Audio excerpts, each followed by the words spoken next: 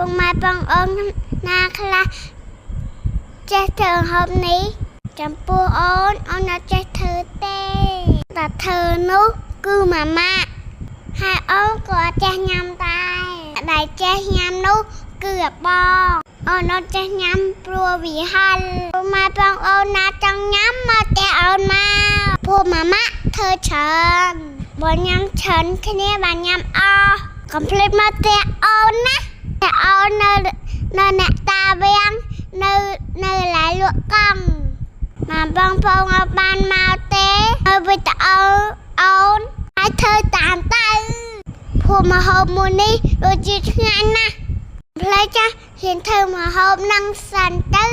តាំងតាឆ្ងាញ់លិតដៃហើយអូនមានមុខម្ហូបផ្សេងទៀតអូននឹងធ្វើវីដេអូអូននឹងធ្វើវីដេអូចែកបងម៉ែបងអូនទៀតសូមពុកម៉ែបងអូនជួយទ្រាំទ្រ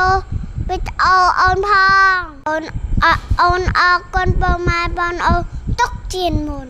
ចាំក្រោយអូនសូមអរគុណហើយនឹងជម្រាបលា